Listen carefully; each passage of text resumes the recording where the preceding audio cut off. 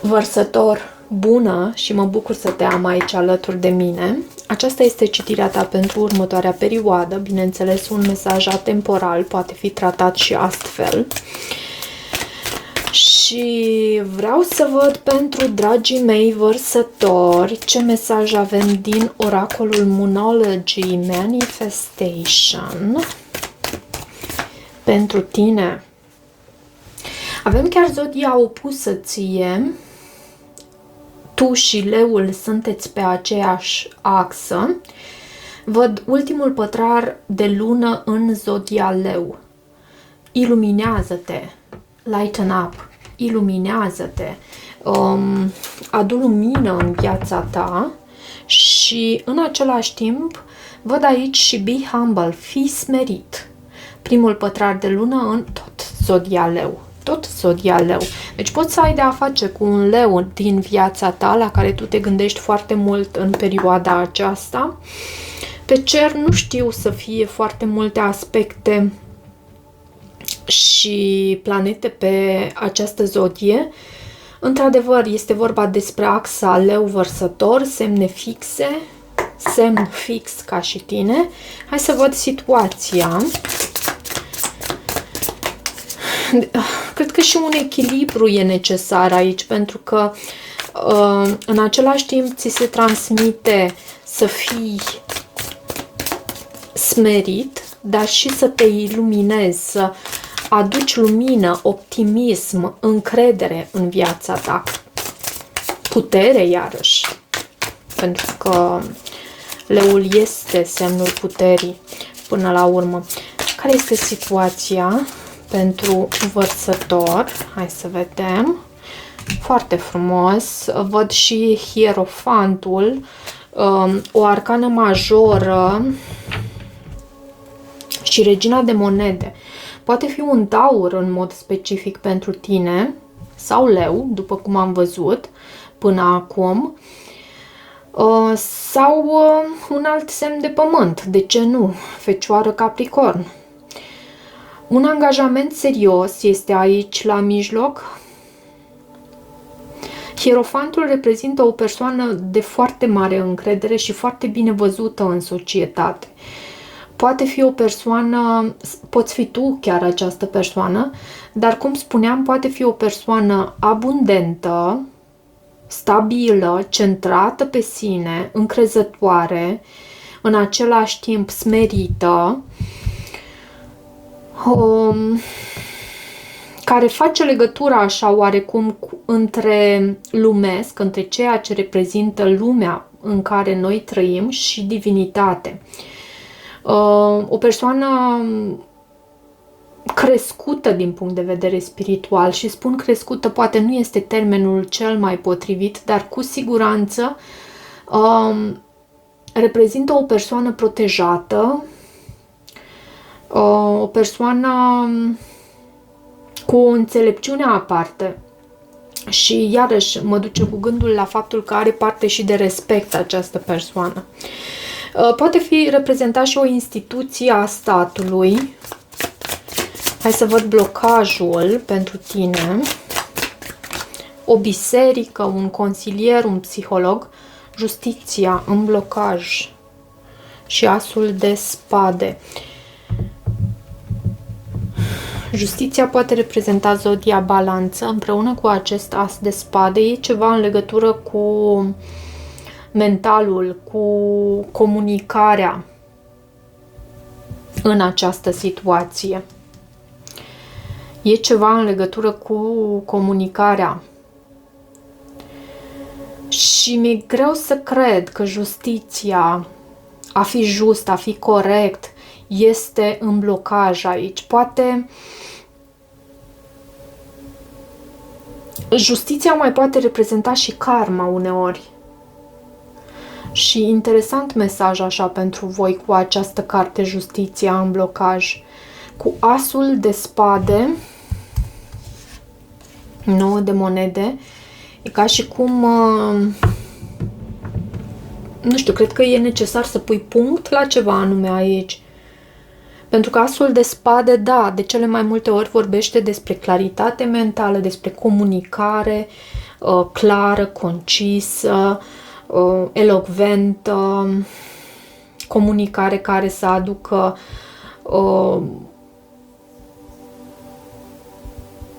și claritate, dar și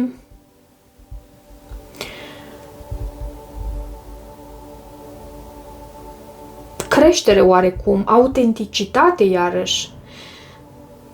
Dar uneori acest as de spade, mai ales în tarotul tradițional Rider-Waite, aici nu este reprezentat așa. Însă în tarotul tradițional Rider-Waite este reprezentat cu acea sabie, cu acea spadă cu tăișul în sus, cumva, îndreptată în sus. Fiind aici în blocaj, e ceva cu comunicarea, cred. Hai să văd subconștientul, ce îți rezervă ție, ce avem în subconștientul vărsătorului. Marea preoteasă, foarte frumos. O a treia arcană majoră. Și vezi tu, avem hierofantul și marea preoteasă. Marele preot și marea preoteasă. Pot vorbi despre laturile acestea mistice în care, sau pe care tu le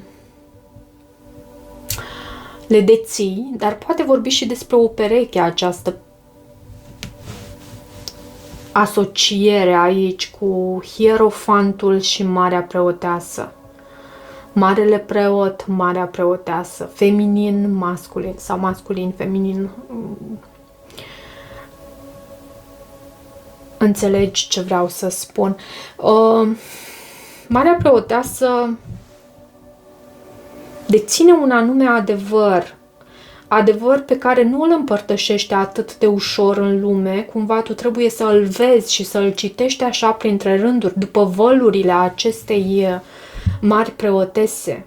Ea știe să se protejeze foarte bine și da, este și ea respectată, dar ea este mai retrasă din lume.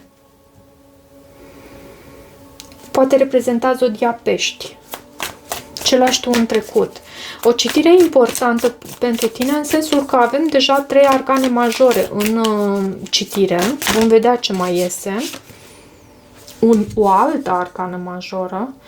Ceea ce ne spune prezența atâtor de multe arcane majore, ne vorbește despre faptul că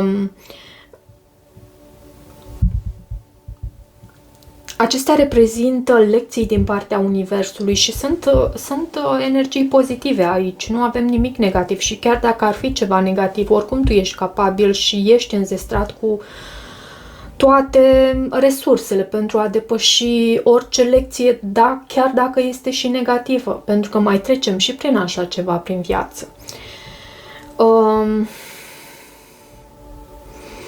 Cu nebunul, un nou început. Poate ai avut de-a face cu un berbec în viața ta, dar cred că a fost și ceva în ascuns, s-a întâmplat ceva și în ascuns. Un nou început în viața ta care, cu această carte 7 de spade, 6 de spade și diavolul, le văd aici la baza pachetului.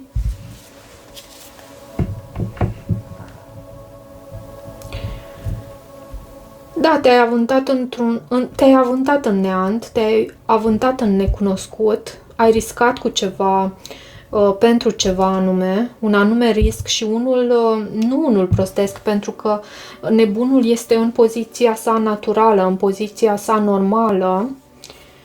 Ce ai tu în gândurile tale? Ce ai tu în gândurile tale? Hai să văd. Asul de bâte. Asul de bâte vine cu inspirație, vine cu pasiune. Vorbește iarăși despre un nou început. La fel ca și nebunul și poate tu la asta te gândești. Poate reprezenta un semn de foc aici. În mod specific pentru că avem și acest card aici. Berbecul. Bâtele vorbesc despre spirit, despre inspirație, despre viață, pasiune.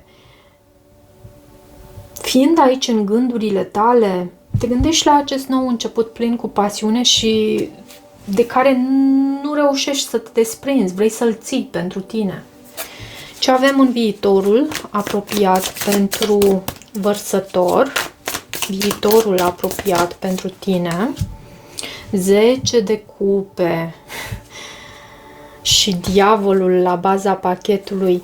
10 de cupe, bineînțeles, este o carte a fericirii, este o carte a împlinirii emoționale, este o carte care, da, este denumită și familia fericită, cumva tu ai tot, ai și acel 9 de cupe care vine cu împlinire de dorințe, dar ai și acea persoană, tu nu ești singur, ești împlinit, fie în doi, fie sunt mai multe persoane în jurul tău care cu adevărat te împlinesc. Poate fi un Capricorn, dar în viitorul apropiat mai poate fi vorba și despre o anume disturbance, așa, o anume implicarea unor energii sau da, implicarea unor energii care vin cu ceva toxicitate aici, cu ceva intensitate, poate fi și vorba despre atracție, poate fi vorba și despre sexualitate, de ce nu? Nu trebuie să interpretezi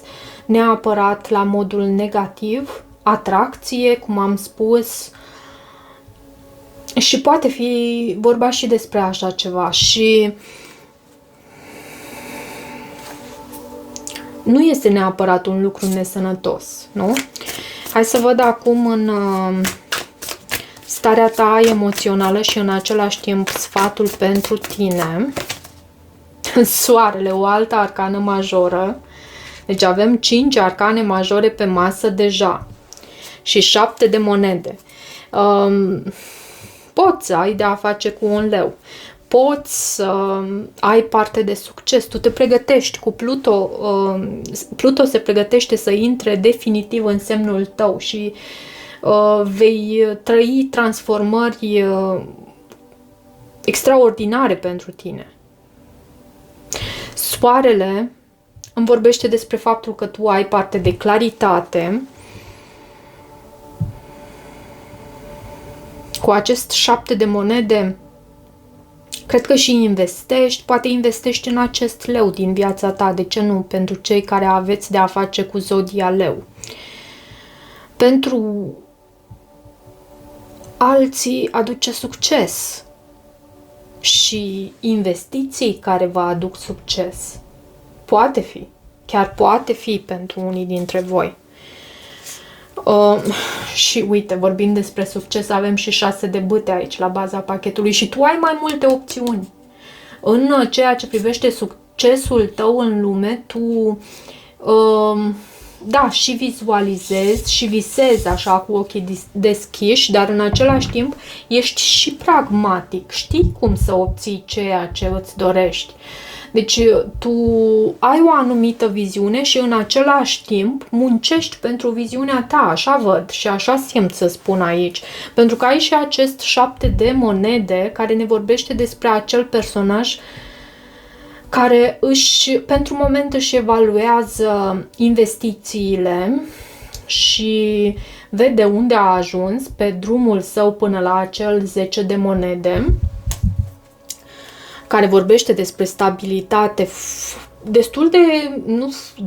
foarte mare în plan financiar. E vorba chiar și despre o anumită moștenire, legacy. De foarte multe ori este denumită această carte 10 de monede. Ce vine din exterior și în același timp pentru anumite situații poate fi interpretat ca felul în care te văd cei din exterior. Ce vine din exterior? 8 de cupe și 9 de cupe. Nu, știi ce simt aici? Ia să văd. Simt un soi, și iarăși această regină de monede, simt un soi de transformare la tine. Cu 8 de cupe aici, N-am văzut cartea Moartea, pentru asta mă uitam aici în pachet. Uite-o, uite-o. Dar simt un soi de transformare, cum spuneam.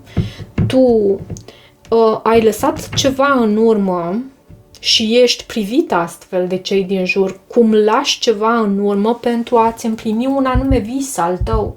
Și acesta vine. Ok? E mai mult în felul în care te privesc cei din jur această carte, de aici, 8 de cupe. Tu ai lăsat ceva, te-ai detașat de ceva din trecutul tău și bine ai făcut, pentru că cei din jur văd cum tu reușești și lucrurile care vin înspre tine sunt ceva de pomină, în sensul foarte bun al cuvântului. Poate de aceea ți se cere și să fii smerit, să nu uiți de smerenie. Hai să văd acum frica sau speranța. Ce avem în frica sau speranța ta? Nu am să le primesc, cărțile sunt prea multe și foarte mult mi-au ieșit în citirile mele. De fapt, mi-a ieșit acea carte 4 de spade, mai înainte am văzut-o. 5 de bâte și 4 de bâte. Nu știu, poate te temi de competiție, te temi că îți poți pierde stabilitatea, dar nu te teme, dragul meu. Vedem și aceste 10 de monede despre care am vorbit mai înainte. Nu te teme. Nu uita că tu nu trebuie să te compari cu nimeni. Da, de multe ori, fără să vrem, ne mai uităm și în grădina celui de alături. Deși iarba e la fel de verde ca și la noi, nu? Dar se mai întâmplă să ne mai uităm. Dar să o luăm această competiție la modul cel mai sănătos posibil, pentru că tu nu trebuie să te compari decât cu varianta ta din trecut. Ești tu astăzi mai bun decât ai fost ieri sau acum un an sau acum o săptămână? Asta trebuie să faci pentru tine. Ai reușit să fii mai bun decât ai fost cu ceva timp în urmă? Și dacă reușești să faci acest lucru, cu siguranță ești în creștere. Ce rezultat posibil avem pentru tine pe final de perioadă? Rezultat posibil pe Împăratul. Și Împăratul a mai fost, cred că și la Capricorn, și m-am amuzat tare copios cu acest Împărat la Capricorn. La tine nu a apărut atât de mult, doar acum în final de citire, dar la Capricorn a fost ceva tare nostim. Poți să urmărești dacă ai astfel de marcaje pe Capricorn. Ce să zic? Împăratul vine cu autoritate, vine cu structură, este o persoană luptătoare, este o persoană în energia sa masculină, poate fi un șef, un superior, poți fi tu în cele din urmă să întruchipezi această energie masculină. Hai să văd ce este cu acest împărat, de ce împăratul. 9 de bâte. Poți fi tu. Poți fi tu un luptător și uite, foarte curios, și această regină de bâte a ținut să rămână la baza pachetului. Un luptător, o luptătoare, indiferent de gen, să-i preiei din această... Pe final de perioadă vei prelua din această energie masculină, divină, o persoană structurată, cum am mai spus, care cucerește, așa am bine să spun. Fiind în energia masculină, masculinul cucerește, femininul strălucește. Ok, hai să vedem mesaje adiționale pentru tine, pentru Vărsător. Foarte multe arcane majore. Ia să văd. 1, 2, 3, 4, 5, 6. 6 arcane majore. Deci o citire din care energiile nu se risipesc atât de ușor, cumva sunt resimțite poate chiar pentru o perioadă mai lungă și în același timp o anumită intensitate, energii adiționale pentru vărsător, te rog, Spirit. Romantism. Poate fi vorba și despre romantism, deși am prins și această energie aici, mai ales în zona aceasta, legate de succesul tău și ține de tine. Tot acest romantism ține de tine, cumva ține de decizia ta. Hai să văd. Nu e nevoie să te îngrijorezi. Poate nu este nevoie să te îngrijorezi în ceea ce privește romantismul în viața ta. Păstrează-ți credința și nu te opri. Nu te opri. Păstrează-ți credința și nu te opri. Ai încredere. Ești ghidat. Și tu chiar reprezinți o stea pentru noi. Ok, dragul meu vărsător. Îți mulțumesc tare mult pentru faptul că îmi ești aici alături de mine. Dacă rezonezi cu acest mesaj, nu uita să te abonezi canalului. Există și secțiunea de membri pentru cei care își doresc acest lucru, să devină membri ai acestui canal. Ce să mai...